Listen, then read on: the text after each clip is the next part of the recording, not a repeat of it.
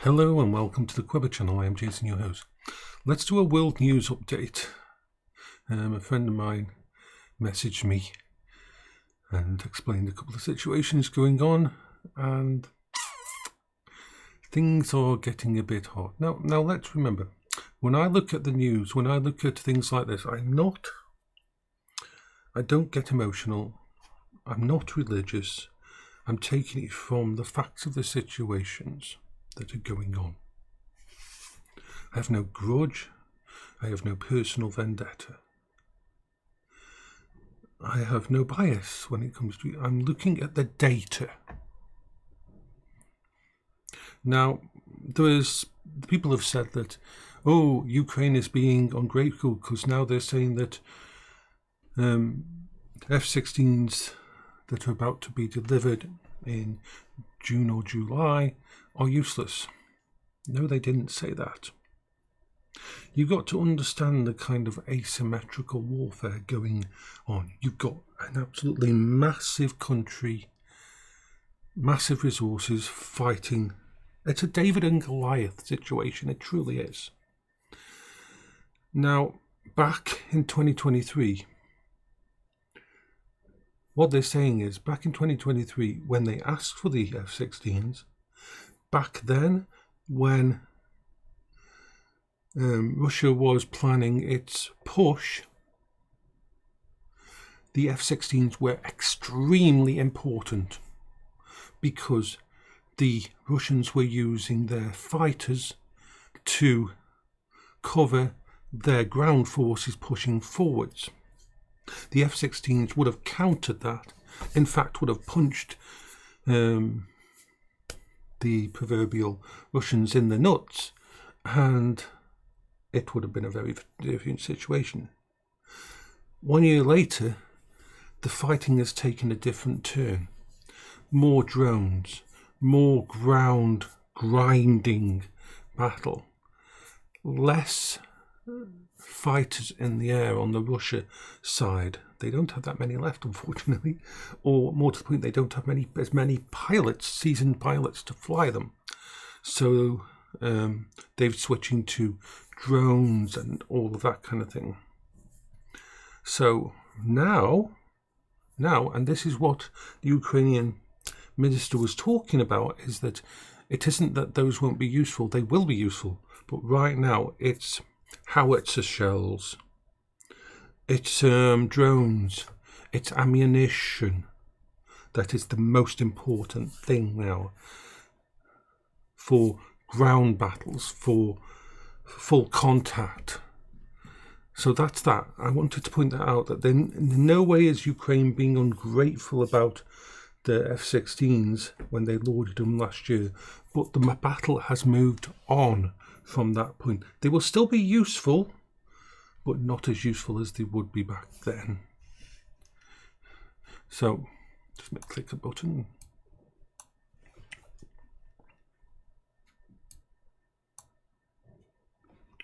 So the situation now is this. Over there, the battle's still going on, and NATO is preparing to take over the role of America, because, as we know, if Trump does get into power in America, he's going to basically cut off Ukraine. Extremely short-sighted, extremely fucking dumb. It isn't about him wanting to make NATO pay its part. Trump is an ally of Putin. This is so short-sighted because Putin wants him in the thingy. In fact, you'll see lots of doublespeak where Putin was saying, "Oh, we don't want Trump in there," or anything like that. But that's just reverse psychology. They do want Trump in the White House. Why? Trump is someone who basically is very insular and will pull back all his forces to look after America. Trump doesn't realise that the world is the world now. There is no... Everybody can reach everybody else in fighting and that. Just because you're a landmass over there. Let's remember in World War II, it took the attack on Pearl Harbor for America to dip its toes into the world. Before that, they were becoming very, very insular. He wants to go back to that time where everything's focused on them and no immigration and all that. And Trump did a talk, one of his rallies, and oh my God, I mean, people say, oh, don't listen to his rallies. His rallies is just bullshit. Well, listen to him when he gets in thinking, yeah, but the problem is people around the world do listen to him. This is his front face. This is his face to the rest of the world. When he speaks on Twitter, when he speaks on his own network, when he does all that kind of bullshit, people listen. People use it as rhetoric. It's dangerous, even if it's not meant. So, he said that, he basically said at his rally that all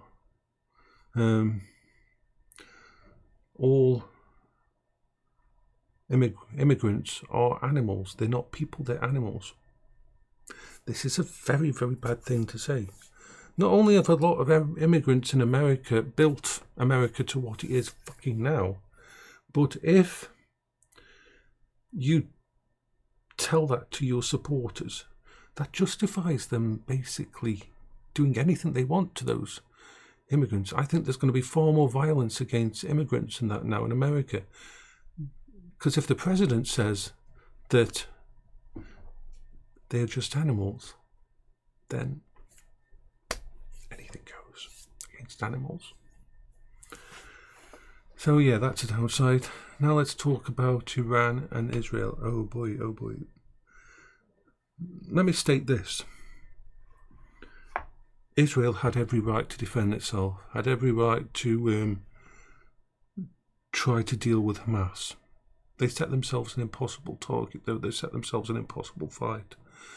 And Hamas, we've got to remember, the reason for every single death in Gaza is because Hamas attacked Israel. I'm sorry, we're not talking about the past. We're not talking about all of the different reasons, all of the different hatred, all the different grudges, all the different things that have happened over the years. We're talking about the facts of these last 12 months. The fact that if Hamas had not crossed the border, raped, killed, murdered, burned and taken over 200 hostages, Israel would not have crossed the borders. So every single death in Gaza, in the entire of the Gaza Strip, that happened after that point is solely at the feet of Hamas. I'm sorry, it is. That is the consequences for that. And Hamas hides in refugee camps. Hamas hides in hospitals. Hamas hides in tunnels. Hamas hides behind children. Therefore, what is Israel to do? Capitulate? Back down? Say, oh, it's okay. What are they to do? They're in an impossible situation. Now, the world is turning against them because of the atrocities that have been happening in Gaza. But I still lay the blame squarely at Hamas, not at the Palestinians, not at the average people living there, but at Hamas's doorstep. And Hamas has the backing of Iran and many other Middle Eastern countries. It always has. They've used Hamas as a proxy war, as a way to... What's a proxy war? Well, if you hate someone and want them gone, but you don't want to get into a real war, you don't want to put... Then what you do is you fund someone else to do the war. And that's why Hamas has had all those weapons. That's why Hamas had all the firepower. Because Iran, Syria, and all of those people who hate Christianity, who hate the Jews, who hate anything other than their own ideology, used Hamas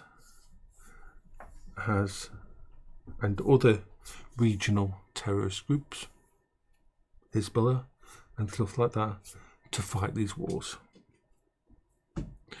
Unfortunately, events happened in the last 24. Same thing happened with the Houthis and all that. They're all funded by these big, rich states who want the West out of the Middle East, and who take a personal affront at Israel.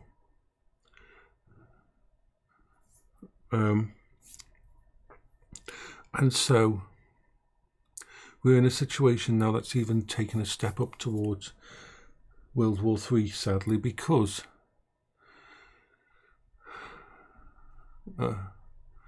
an attack by Israel killed hit a embassy and destroyed some Iranian diplomats. This is a bad thing. This is a bad thing. This is a very bad thing. The thing is it's a very bad situation for both sides. Israel can't back down, because if they back down, they'll be seen as weak and they're finished in the area. Sorry, they are. If they back down, they have. If they were a wounded animal, then there would be a pack of wolves on the edge of the tree line, waiting for one sign of weakness. They can't back down. But after the Iranian embassy was hit, Iran can't just use its proxy, can't just fight with its proxies. It's to save face, not only with everybody else, to show that it isn't weak, it is going to have to react. It's going to have to do something. I don't know exactly what they're going to do, but whatever it is, it's not going to stabilise anymore the situation that's already going on. Oh bugger.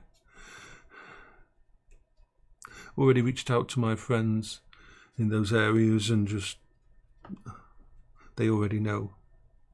See, the problem is the Iranian leadership not only has to make themselves look strong against the West and all those and their own counterparts in the Middle East, because they'll jump on them.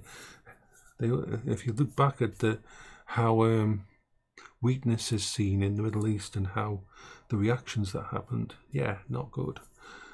But at the same time, it's got to react because of its own people, at the point of civil unrest. If they don't see publicly a response by their government, then their government is fucked. This is what happens in war. This is what happens in global conflicts. You can't plan them out. They're dirty. See, the thing is, we have the luxury now of shining a magnifying glass on the situation. We have drones. We have news networks all around the world. We have aid networks. Everybody has a phone. Everybody can take a picture. Everybody can thingy. And not only we've got AI twisting everything and changing everything and making things worse. Oh my God, we are in a bad position because we know too much now. In World War II, the governments had complete control, really, of what came from the battlefield, what news was reported, what casualties were reported, what atrocities were reported.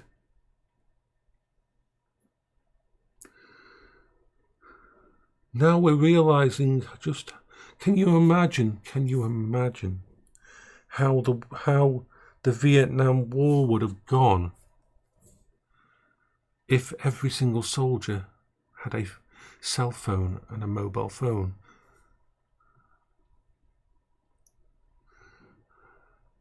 The atrocities that went on in the Vietnam War are terrible and terrifying, but we never got to see them, did we? We only knew about it when our people came home, and we didn't trust our people that came home. We thought of them as pariahs and trashed them.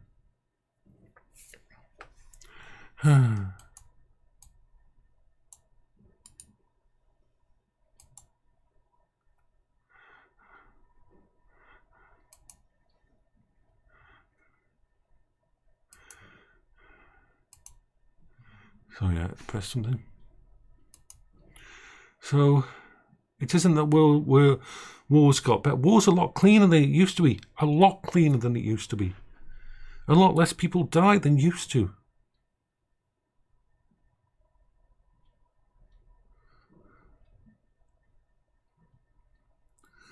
At least till we get to the nuclear weapons type things. If we start using them, then it's going to be very, very bad. But yeah, so take care of yourselves. Make sure your people are thinking, because not only is this going to cause more instability in the Middle East, it's going to further fund a hatred of the West.